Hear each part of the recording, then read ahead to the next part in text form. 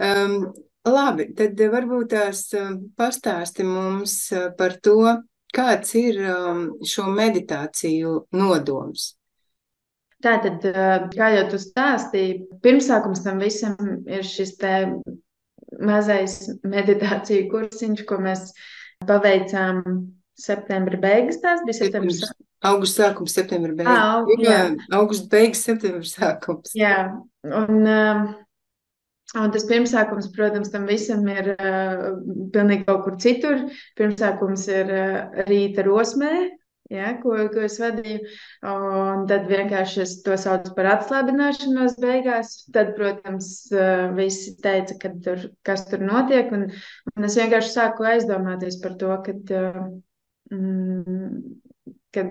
ja tas, kas es esmu, jo tas nav nekas tāds, ka es jūs tur dziedinu vai kaut kas tāds, tas vispār nav par to.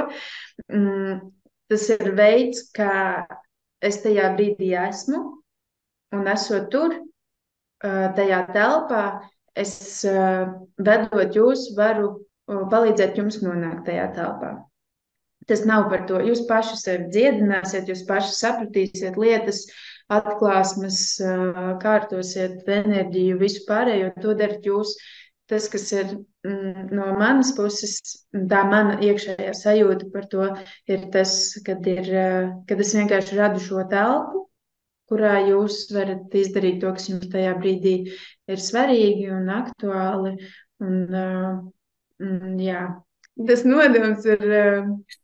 Nu, atgriezties pie sevis, atgriezties veselumā, tas, kas ir šobrīd svarīgi, lai mēs tajos mutuļos un tajos pilnmēnešos un visur citur, kas notiek dzīvē šobrīd tik intensīvi, lai mēs tā kā, nu, bišķiņā tad, kad mēs esam tajā kodolā un tajā apziņā, ka mēs neesam tikai šis ķermenis un šīs domas vai sajūtas, kas mums katru dienu nāk, kad mēs apzināmies, ka mēs esam pa kripatiņu vairāk, nu, kad ir kaut kāds dievišķais aspekts mūsos, kas šo visu rada un kas šo visu grib pieredzēt, tad paliek vieglāk dzīvot.